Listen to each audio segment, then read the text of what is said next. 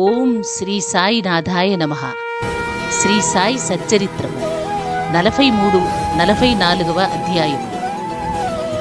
బాబా సమాధి చెందుట, ముందుగా సన్నాహము, ఇటుకరాయి విరుగుట, 72 గంటల సమాధి, బాపు సాహెబ్ జోగ్ సన్యాసము, అమృతతుల్యమగు బాబా పలుకులు, నేననగా ఎవరు. 33 మరియు 44 అధ్యాయములు కూడా బాబా శరీర త్యాగము చేసిన కథనే వర్ణించుచునివి గనుక వాటినొక చోట చేర్చుట జరిగినది. ముందుగా సన్నాహము. హిందువులలో నెవరైనా మరణించుటకు సిద్ధముగానున్నప్పుడు మతగ్రంథములు చదివి వినిపించుట సాధారణాచారము. ఏలన ప్రపంచ విషయముల నుండి అతని మనస్సుని మరలించి భగవద్విషయములందు లీనమునర్చినచో అతడు పరమును సహజముగాను సులభముగాను పొందును. పరీక్షిన్ మహారాజు బ్రాహ్మణ ఋషిబాలునిచే శపింపబడి వారము రోజులలో చనిపోవుటకు సిద్ధముగానున్నప్పుడు గొప్ప యోగియగు శుకుడు భాగవత పురాణమును ఆ వారములో బోధించెను. ఈ అభ్యాసము ఇప్పటికినీ అలవాటులోనున్నది. చనిపోవుటకు సిద్ధముగానున్న వారికి గీత, భాగవతము మొదలగు గ్రంథములు చదివి వినిపించెదరు. కాని బాబా భగవంతుని అవతారముగుటచే వారికట్టిది అవసరము లేదు. కాని బాబా ఇతరులకు ఆదర్శముగా నుండుటకు ఈ అలవాటుని పాటించిరి. త్వరలోనే దేహత్యాగము చేయుచున్నామని తెలియగానే వారు వజేయను అతని పిలిచి రామ విజయమను గ్రంథమును పారాయణ చేయుమనిరి. అతడు వారములో గ్రంథమునొకసారి పఠించెను. తిరిగి దానిని చదువుమని బాబా ఆజ్ఞాపింపగా అతడు రాత్రింబవళ్ళు దానిని చదివి 3 దినములలో 2వ పారాయణము పూర్తి చేసెను. ఈ విధముగా 11 దినములు గడిచెను. అతడు తిరిగి 3 రోజులు చదివి అలసిపోయెను. బాబా అతనికి సెలవిచ్చి పొమ్మనెను. బాబా నెమ్మదిగా నుండి ఆత్మానుసంధానములో మునిగి చివరి క్షణమునకై ఎదురుచూచుచుండిరి. 2-3 దినముల ముందు నుండి బాబా గ్రామము బయటికి పోవుట, భిక్షాటనము చేయుట మొదలగునవి మాని మసీదులో కూర్చుండిరి. చివర వరకు బాబా చైతన్యముతో నుండి అందరినీ ధైర్యముగా నుండుడని సలహా ఇచ్చిరి. వారెప్పుడు పోయెదరో ఎవరికీ తెలియనీయలేదు. ప్రతిదినము కాకాసాహెబ్ దీక్షితు, శ్రీమాన్ బూటీయు వారితో కలిసి మసీదులో భోజనము చేయుచుండెటివారు. ఆనాడు అనగా 1918 అక్టోబరు 15వ తారీఖు హారతి పిమ్మట వారిని వారి వారి బసలకు పోయి భోజనము చేయుమనిరి. అయినను కొంతమంది లక్ష్మీబాయి సిందే, భాగోజీ సిందే, బాయాజీ, లక్ష్మణ్ బాలా షింపి, నానాసాహెబ్ నీమోంకర్ అచ్చటనే ఉండిరి. దిగువ మెట్లమీద శ్యామ కూర్చుని ఉండెను.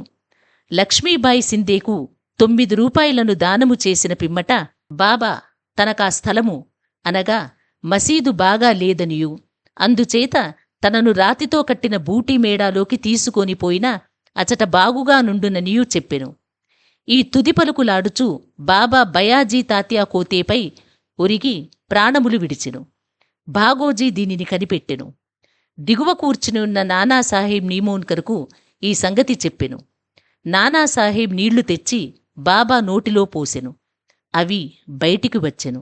అతడు బిగ్గరగా ఓ దేవా అని అరిచెను.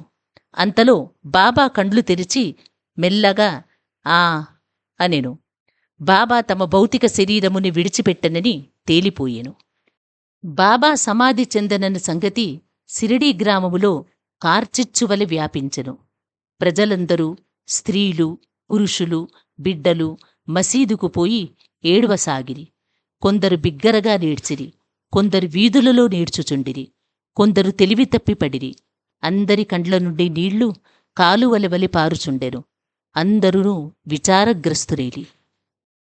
కొందరు సాయిబాబా చెప్పిన మాటలు జ్ఞాపకము చేసుకొన మొదలెడిరి. మునుముందు 8 ఏండ్ల బాలునిగా ప్రత్యక్షమయ్యేదనని బాబా తమ భక్తులతో చెప్పిదని ఒకరనిరి. ఇవి యోగీశ్వరుని వాక్కులు కనుక ఎవ్వరునూ సందేహింపనక్కరలేదు. ఏలన కృష్ణావతారములో శ్రీ మహావిష్ణువు ఈ కార్యమే ఉనర్చెను. సుందర శరీరముతో ఆయుధముల గల చతుర్భుజములతో శ్రీకృష్ణుడు దేవకీదేవికి కారాగారమున 8 ఏండ్ల బాలుడుగానే ప్రత్యక్షమయ్యెను. ఆ అవతారమున శ్రీకృష్ణుడు భూమి భారమును తగ్గించెను. ఈ అవతారము సాయిబాబా భక్తులనుద్ధరించుటకై వచ్చినది కనుక సంశయింప కారణమేమున్నది? యోగుల జాడలు అగమ్యగోచరములు. సాయిబాబాకు తమ భక్తులతోడి సంబంధము ఈ ఒక్క జన్మతోడిదే కాదు, అది గడచిన 72 జన్మల సంబంధము. ఇట్టి ప్రేమబంధములు కలిగించిన ఆ మహారాజు ఎచటికో పర్యటనకై పోయినట్లనిపించుట వలన వారు శీఘ్రముగానే తిరిగి వత్తురను దృఢ విశ్వాసము భక్తులకు కలదు. బాబా శరీరమును ఎట్లు సమాధి చేయవలనను విషయము గొప్ప సమస్య ఆయను. కొందరు మహమ్మదీయులు బాబా శరీరమును ఆరుబయట సమాధి చేసి దానిపై గోరీ కట్టవలెననిరి. కుషాల్ చంద్, అమీర్ శెక్కర్ కూడా ఈ అభిప్రాయమునే వెలిబుచ్చిరి. కాని రామచంద్ర పాటీలు అను గ్రామమునుసబు గ్రామములోని వారందరితో నిశ్చితమైన దృఢ కంఠస్వరముతో, మీ ఆలోచన నాకు సమ్మతము కాదు, బాబా శరీరము రాతివాడాలో పెట్టవలసినది అనెను. అందుచే గ్రామస్థులు 2 వర్గములుగా విడిపోయి ఈ వివాదము 36 గంటలు జరిపిరి. బుధవారముదయము గ్రామములోని జ్యోతిష్కుడును శ్యామాకు మేనమామ అగు లక్ష్మణమామ జోషికి బాబా స్వప్నములో కనిపించి చేయిబట్టి లాగి ఇట్లనెను, త్వరగా లెమ్ము, బాపూసాహెబు నేను మరణించితిననుకొనుచున్నాడు, అందుచే అతడు రాడు, నీవు పూజ చేసి కాకడహారతి నిమ్ము. లక్ష్మణ్ మామ సనాతనాచారపరాయణుడైన బ్రాహ్మణుడు. ప్రతిరోజు ఉదయము బాబాను పూజించిన పిమ్మట తక్కిన దేవతలను పూజించుచుండెడివాడు. అతనికి బాబా యందు పూర్ణ భక్తి విశ్వాసములుండెను. ఈ దృశ్యమును చూడగానే పూజా ద్రవ్యముల పళ్ళెమును చేత ధరించి మౌల్వీలు ఆటంకపరుచుచున్నను పూజను హారతిని చేసిపోయెను. మిట్ట మధ్యాహ్నము బాపూసాహెబ్ జోగ్ పూజా ద్రవ్యములతో అందరితో మామూలుగా వచ్చి మధ్యాహ్న హారతిని నెరవేర్చెను. బాబా తుది పలుకలను గౌరవించి ప్రజలు వారి శరీరమును వాడాలో నుంచుటకు నిశ్చయించి అచటి మధ్యభాగమున త్రవ్వుట ప్రారంభించిరి. మంగళవారము సాయంకాలము రహతా నుండి సబిన్స్పెక్టర్ వచ్చెను. ఇతరులు తక్కిన స్థలముల నుండి వచ్చిరి. అందరూ దానిని ఆమోదించిరి. ఆ మరుసటి ఉదయము అమీర్భాయి బొంబాయి నుండి వచ్చెను. కోపర్గావ్ నుండి మామలతదారు వచ్చెను. ప్రజలు భిన్నాభిప్రాయములతో నున్నట్లు తోచెను.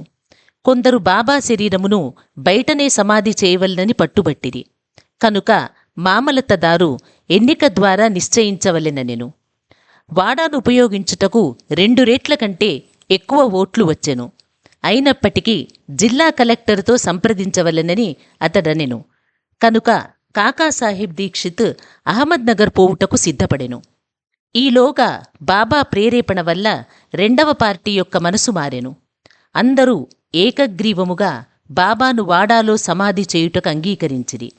బుధవారము సాయంకాలము బాబా శరీరమును ఉత్సవముతో వాడాకు తీసుకొని పోయిరి. మురళీధరుని కొరకు కట్టిన చోట శాస్త్రోక్తకముగా సమాధి చేసిరి. యథార్థముగా బాబాయే మురళీధరుడు. వాడ దేవాలయమయ్యెను. అది ఒక పూజామందిరమాయెను. అనేక మంది భక్తులు అచ్చటకు పోయి శాంతి సౌఖ్యములు పొందుచున్నారు. ఉత్తర క్రియలు బాలాసాహెబు భాటే ఉపాసనీ బాబా నెరవేర్చిరి. ఉపాసనీ బాబా బాబాకు గొప్ప భక్తుడు. ఈ సందర్భములో ఒక విషయము గమనించవలెను. ప్రొఫెసర్ నార్కే కథనము ప్రకారము బాబా శరీరము 36 గంటలు గాలి పట్టినప్పటికీ అది బిగిసిపోలేదు. అవయవములన్నీయు సాగుచుండెను. బాబా కఫిని చింపకుండా సులభముగా తీయగలిగిరి. ఇటుకరాయి విరుగుట. బాబా భౌతిక శరీరమును విడుచుటకు కొన్ని దినముల ముందు ఒక దుశ్శకునమయ్యెను. మసీదులో ఒక పాత ఇటుక ఉండెను. బాబా దానిపై చేయివేసి ఆనుకొని కూర్చుండువారు. రాత్రులందు దానిపై ఆనుకొని ఆసనస్థులగుచుండిరి. అనేక సంవత్సరములిట్లు గడిచెను. ఒకనాడు బాబా మసీదులో లేనప్పుడు ఒక బాలుడు మసీదును శుభ్రపరుచుచు దానిని చేతిలో పట్టుకొని ఉండగా అది చేతి నుండి జారి క్రిందపడి 2 ముక్కలైపోయెను. ఈ సంగతి బాబాకు తెలియగానే వారు మిక్కుల చింతించి ఇట్లని ఏడ్చిరి, ఇటుక కాదు, నా అదృష్టమే ముక్కలు ముక్కలుగా విరిగిపోయినది. అది నా జీవితపు తోడు నీడ. దాని సహాయము వలననే నేను ఆత్మానుసంధానము చేయుచుండెటివాడను. నా జీవితమునందు నాకెంత ప్రేమయో దాని యందు నాకంత ప్రేమ, ఈరోజు అది నన్ను విడిచినది. ఎవరైనా ఒక ప్రశ్న అడుగవచ్చును. బాబా నిర్జీవియగు ఇటుక కోసం ఇంత విచారపడనేలా? అందులకు హేమాడ్ పంతు ఇట్లు సమాధానమిచ్చెను. యోగులు బీదవారికి, నిస్సహాయులకు సహాయము చేయుటకే అవతరించెదరు. వారు ప్రజలతో కలిసి మసులునప్పుడు ప్రజల వలె నటింతురు. వారు మనవలె బాహ్యమునకు నవ్వెదరు, ఆడెదరు, ఏడ్చెదరు. కాని లోపల వారు శుద్ధ చైతన్యులై వారి కర్తవ్య విధుల నెరుగుదురు. 72 గంటల సమాధి. ఇటుక విరుగుటకు 32 సంవత్సరములకు పూర్వము, అనగా 1886వ సంవత్సరములో బాబా సీమోల్లంఘనము చేయు ప్రయత్నించెను. ఒక మార్గశిర పౌర్ణమి నాడు బాబా ఉబ్బసము వ్యాధితో మిక్కిలి బాధపడుచుండెను. దానిని తప్పించుకొనుటకై బాబా తన ప్రాణమును పైకి తీసుకునిపోయి సమాధిలో నుండవలెననుకుని భక్త మహల్సాపతితో ఇట్లనిరి: నా శరీరమును 3 రోజుల వరకు కాపాడుము. నేను తిరిగి వచ్చినట్లయితే సరే, లేని ఎడల నా శరీరమును ఎదురుగా ఉన్న ఖాళీ స్థలములో పాతిపెట్టి గుర్తుగా 2 జెండాలను పాతుము అని స్థలమును చూపిరి. ఇట్లనుచు రాత్రి 10 గంటలకు బాబా క్రింద కూలెను. వారి ఊపిరి నిలిచిపోయిను. వారి నాడి కూడా ఆడకుండెను. శరీరములో నుండి ప్రాణము పోయినట్లుండెను. ఊరివారందరూ వచ్చట చేరి న్యాయ విచారణ చేసి బాబా చూపిన స్థలములో సమాధి చేయుటకు నిశ్చయించిరి. కాని మహల్సాపతి అడ్డగించెను. తన ఒడిలో బాబా శరీరములుంచుకొని 3 రోజులట్లే కాపాడుచూ కూర్చుండెను. 3 దినముల పిమ్మట తెల్లవారుజామున 3 గంటలకు బాబా శరీరములో ప్రాణమున్నట్టు కనిపించెను. ఊపిరి ఆడనారంభించెను. కడుపు కదిలెను. కండ్లు తెరిచెను. కాళ్ళు చేతులు సాగదీయుచూ బాబా లేచెను. దీనిని బట్టి చదువరులు ఆలోచించాల్సిన విషయమేమన, బాబా 3 మూరల శరీరమా, లేక లోపలయున్న ఆత్మయా? పంచభూతాత్మకమగు శరీరము నాశనమగును. శరీరమశాశ్వతము గాని లోనున్న ఆత్మ పరమసత్యము, అమరము, శాశ్వతము. ఈ శుద్ధ సత్తాయే బ్రహ్మము. అదియే పంచేంద్రియములను, మనస్సును స్వాధీనమందుంచుకున్నది, పరిపాలించున్నది. అదియే సాయి. అదియే ఈ జగత్తునందుగల వస్తువులన్నిటియందు వ్యాపించి ఉన్నది. అది లేని స్థలము లేదు. అది తాను సంకల్పించుకొనిన కార్యమును నెరవేర్చుటకు భౌతిక శరీరమును వహించును. దానిని నెరవేర్చిన పిమ్మట శరీరమును విడిచెను. సాయి ఎల్లప్పుడూ ఉండువారు. అట్లనే పూర్వము గాణుగాపురములో వెలసిన దత్తదేవుని అవతారముగు శ్రీ నరసింహ సరస్వతియు వారు సమాధి చెందుట బాహ్యమునకే గాని సమస్త చేతనాచేతనములందు కూడా నుండి వానిని నియమించువారును పరిపాలించువారును వారే. ఈ విషయము ఇప్పటికిని సర్వస్య శరణాగతి చేసిన వారికిని, మనస్ఫూర్తిగా భక్తితో పూజించువారికిని అనుభవనీయమైన సంగతి. ప్రస్తుతము బాబా రూపము చూడ వీలు లేనప్పటికిని మనము సిరిడీకి వెళ్ళినచో వారి జీవితమెత్తు పటము మసీదులోనున్నది. దీనిని శ్యామారావు జైకర్ అను గొప్ప చిత్రకారుడును బాబా భక్తుడును వ్రాసియున్నాడు. భావకుడు భక్తుడైన ప్రేక్షకునికి ఈ పటము ఈనాటికిని బాబాను భౌతిక శరీరముతో చూచినంత తృప్తి కలుగజేయును. బాబాకు ప్రస్తుతము భౌతిక శరీరము లేనప్పటికీ వారక్కడనే కాక ప్రతి చోటునా నివసించుచు పూర్వము వలెనే తన భక్తులకు మేలు చేయుచున్నారు. బాబా వంటి యోగులు ఎన్నడూ మరణించరు. వారు మానవులుగా కనిపించినను నిజముగా వారే దైవము. బాపు సాహెబ్ జోగ్ సన్యాసము. జోగు సన్యాసము పుచ్చుకొనిన కథతో హేమాడ్ పంతు ఈ అధ్యాయమును ముగించుచున్నారు. సకారాం హరివురఫ్ బాపు సాహెబ్ జోగ్ పూణే నివాసియగు సుప్రసిద్ధ వార్కరీ విష్ణుబువా జోగ్ గారికి చిన్నాయన. 1909వ సంవత్సరమున సర్కారు ఉద్యోగము నుండి విరమించిన తరువాత భార్యతో సిరిడీకి వచ్చి నివసించుచుండెను. వారికి సంతానము లేకుండెను. భార్యాభర్తలు బాబాను ప్రేమించి బాబా సేవయందే కాలమంతయు గడుపుచుండిరి. మేఘశ్యాముడు చనిపోయిన పిమ్మట బాపు సాహెబ్ జోగ్ మసీదులోనూ చావడిలోనూ కూడా బాబా మహాసమాధి పొందువరకు హారతి ఇచ్చుచుండెను. అదియునుగాక ప్రతిరోజు సాటేవాడాలో జ్ఞానేశ్వరియు, ఏకనాథ భాగవతమును చదివి వినవచ్చిన వారందరికీ బోధించుచుండెను. అనేక సంవత్సరములు సేవ చేసిన పిమ్మట జోగ్ బాబాతో, నేనిన్నాళ్ళు నీ సేవ చేసి తిని నా మనస్సు ఇంకనూ శాంతము కాలేదు. యోగులతో సహవాసము చేసినను నేను బాగు కాకుండుటకు కారణమేమి? ఎప్పుడు కటాక్షించెదవు అనెను. ఆ ప్రార్థన విని బాబా, కొద్ది కాలములో నీ దుష్కర్మల ఫలితము నశించును, నీ పాపపుణ్యములు భస్మమగును. ఎప్పుడు నీవభిమానమును పోగొట్టుకొని మోహమును రుచిని జయించెదవో, ఆటంకములన్నిటినీ కడచెదవో, హృదయపూర్వకముగా భగవంతుని సేవించుచు సన్యాసమును పుచ్చుకొనెదవో, అప్పుడు నీవు ధన్యుడవయ్యెదవు అనిరి. కొద్ది కాలము పిమ్మట బాబా పలుకులు నిజమాయెను. అతని భార్య చనిపోయెను. అతనికి ఇంకొక అభిమానమేదియూ లేకుండుటచే అతడు స్వేచ్ఛాపరుడై సన్యాసమును గ్రహించి తన జీవిత పరమావధిని పొందెను. అమృతతుల్యమగు బాబా పలుకులు. దయ దాక్షిణ్యమూర్తియగు సాయిబాబా పెక్కుసారులు మసీదులో ఈ దిగువ మధురవాక్యములు పలికిరి. ఎవరైతే నన్ను ఎక్కువగా ప్రేమించెదరో వారు ఎల్లప్పుడూ నన్ను దర్శించెదరు. నేను లేక ఈ జగత్తంతయు వానికి శూన్యము. నా కథలు తప్ప మరేమియూ చెప్పడు. సదా నన్నే ధ్యానము చేయును. నా నామమునే ఎల్లప్పుడూ జపించుచుండును. ఎవరైతే సర్వస్య శరణాగతి చేసి నన్నే ధ్యానింతురో వారికి నేను రుణస్థుడను. వారికి మోక్షమునిచ్చి వారి రుణము తీర్చుకొనెదను. ఎవరైతే నన్నే చింతించుచు నా గూర్చియే దీక్షతో నుందురో, ఎవరైతే నాకర్పించనిదే ఏమియూ తినరో అట్టి వారిపై నేను ఆధారపడియుందును. ఎవరైతే నా సన్నిధానమునకు వచ్చెదరో వారు నది సముద్రములో కలిసిపోయినట్లు నాలో కలిసిపోవుదురు. కనుక నీవు గర్వము అహంకారము లేసమైనా లేకుండా నీ హృదయములోనున్న నన్ను సర్వస్య శరణాగతి వీడవలెను. నేననగానెవరు? నేను అనగా ఎవరో సాయిబాబా ఎన్నోసార్లు బోధించిరి.